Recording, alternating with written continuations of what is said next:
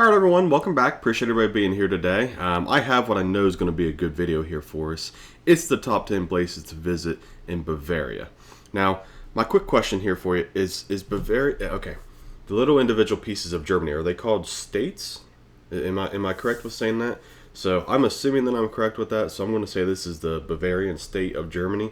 But this video is from Ryan Shirley, and we all know he does fantastic work, and the shots and the angles and the film that he puts out is fantastic. So it's about a 9-minute video. Let's just hop into it here. The top 10 places to visit in Bavaria.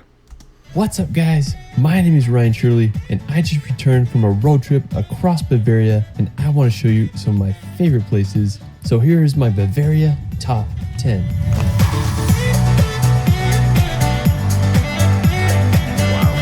Bavaria is home to some of Europe's most magical landscapes. From endless castles to medieval fairy tale towns, Bavaria is a destination that needs to be explored. Let's start this video off in the town of Berchtesgaden. Now I have to say this is one of the most beautiful towns in all of Germany. It's just a 2-hour drive from Munich and is nestled in the Bavarian Alps. One of my favorite features of Berchtesgaden is the Watzmann Mountain. It's a uniquely shaped peak that towers over the town. It almost looks like someone took a bite out of it. One thing I love about Berchtesgaden, look at that. My goodness. I mean, wow.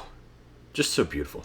Is there's so many beautiful churches to explore. One of my favorites is the church in Ramsau. It's right next to this beautiful stream and there's this picture perfect bridge to observe the church from. Another one of my favorites is the Maria Jern Church, which offers a perfect view of the Watzmann Mountain. One of the main reasons I wanted to go to Berchtesgaden was to visit Hitler's Eagle's Nest. Now I'm really fascinated with World War II history and I had to see this place for myself. Now the Eagle's Nest was built in 1939 and was given to Hitler for his 50th birthday. Now to get to the Eagle's Nest, you can take a bus up. When you get to the top, you'll walk through a deep tunnel into the mountain. When I was in there, it was just crazy to think that Hitler walked these same walls. Now at the end of the tunnel, there's a circular room that leads you into a golden elevator. Even though the Eagle's Nest and the road leading up to it cost nearly 200 million euros to make, adjusted for inflation, Hitler only visited it on 14 documented occasions. This may be because Hitler was afraid of heights and he was also scared of using the elevator. Thankfully, the Eagle's Nest wasn't destroyed in World War II, and today it's a restaurant with panoramic views.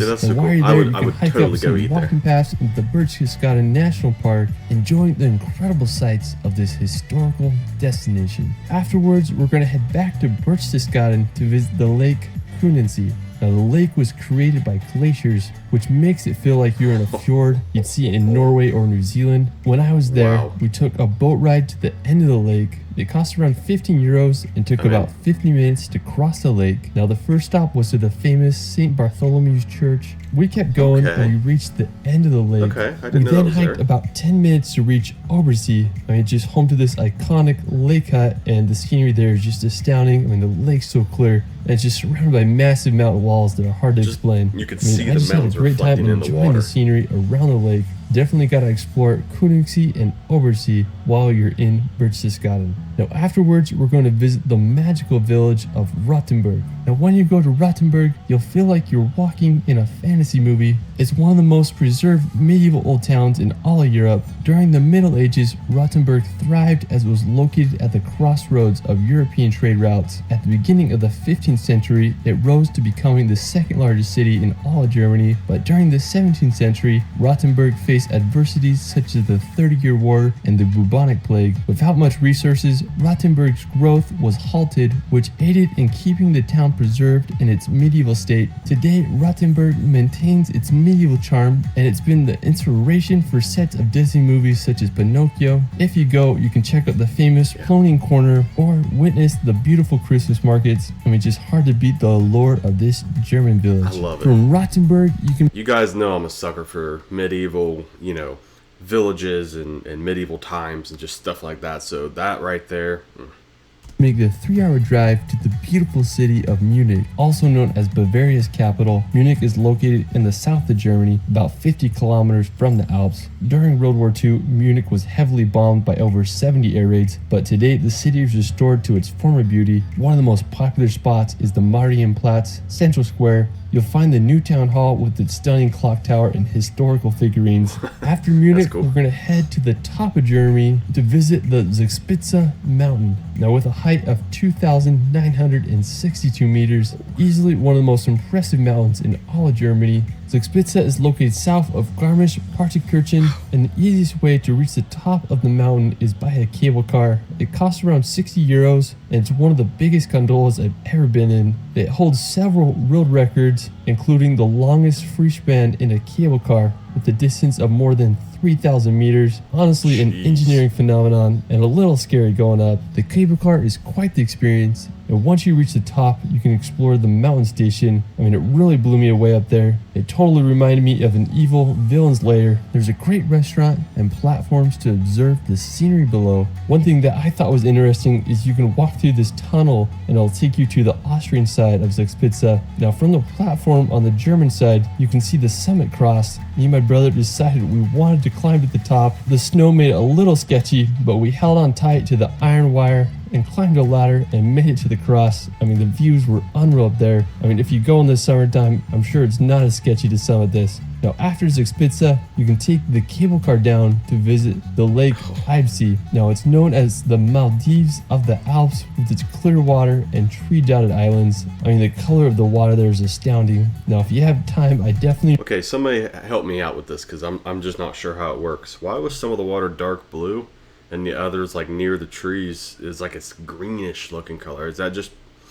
something to do with the trees? You know what I mean? I recommend If you could walking answer that along for the me, that'd lake. be great. It's full of beautiful groves of trees and a perfect place to relax on the shoreline and enjoy some Bavarian nature. Wow. Now, afterwards, we're going to head over to Wagenbrüchsee. This is one of the most scenic places in all of Bavaria. I mean, I was just baffled by this place. It's this beautiful little lake nestled in the mountains, and it's full of farm sheds that dot the hillside. That's perfect. Now, the lake is overlooked by the perfectly placed Karwendel Alps. I mean, it reminded me a lot of Alpe d'Huez in the Dolomites. I had such a fun time exploring here. That is perfect. I just walked You down guys a know I little grew bit up on a road to farm. get there, That and is it was perfect. a spectacular place to enjoy the Bavarian sunset. I mean, it was definitely one of the highlights of my trip. I'm jealous of all the farmers who have sheds there. After, we're going to head to the beautiful town of Fussen. Now, located right at the foot of the Bavarian Alps, Fussen is a 700-year-old medieval city full of old world charm. Its streets are lined with cobblestones, and you feel like you're walking back in time as you explore it. I just love all the classical German houses, and I think it's so cool how the milky blue River Lech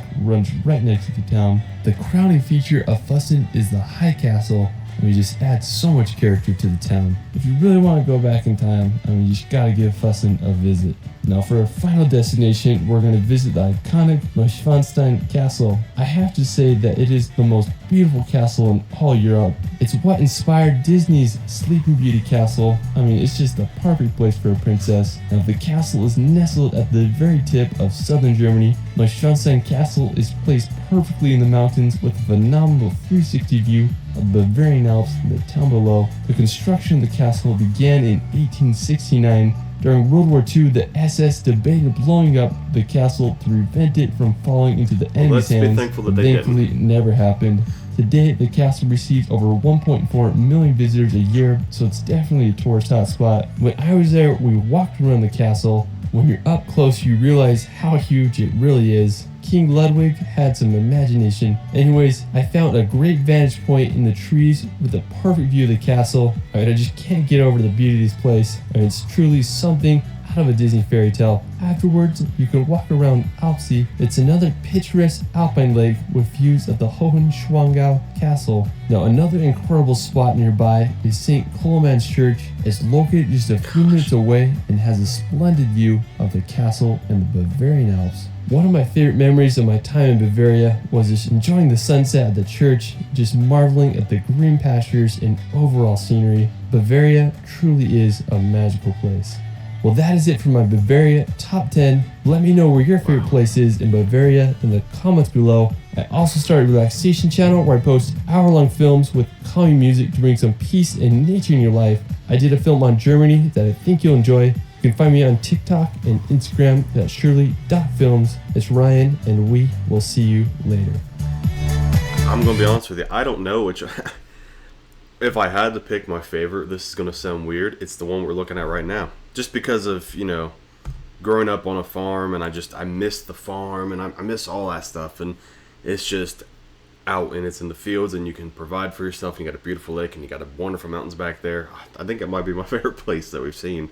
And I'll be honest with you, I don't know if I would go to the I don't know how to pronounce it, the Disney Castle. I don't know if I would go to that. I think that might be a little too touristy for me. You know what I mean? A little bit too many people there. There's 1.5 million people that went there last year. That when this was filmed. I don't know if I want to fight through all those people. So, man, Bavaria is beautiful. I mean, pretty much everything I've seen on this channel has been beautiful. But that was really beautiful. I enjoyed that video quite a bit. What are some of the places, if you live there and or been there, that he missed? Because I'm very curious about that. From what I understand, Bavaria is the biggest German state. I think it's state. So, I mean, there's got to be some places that he may have missed on there. But, yeah, and I was highly impressed with that. And guys, thank you all so much for watching. Leave a like on the video if you haven't already. Consider subscribing to the channel. It's free for you. Helps me out tremendously. And, yeah, like I said, what places did he miss? You know what I mean? Let me know in the comments down below what your favorite place was. Other than that, we'll see you guys in the next video. Bye, guys.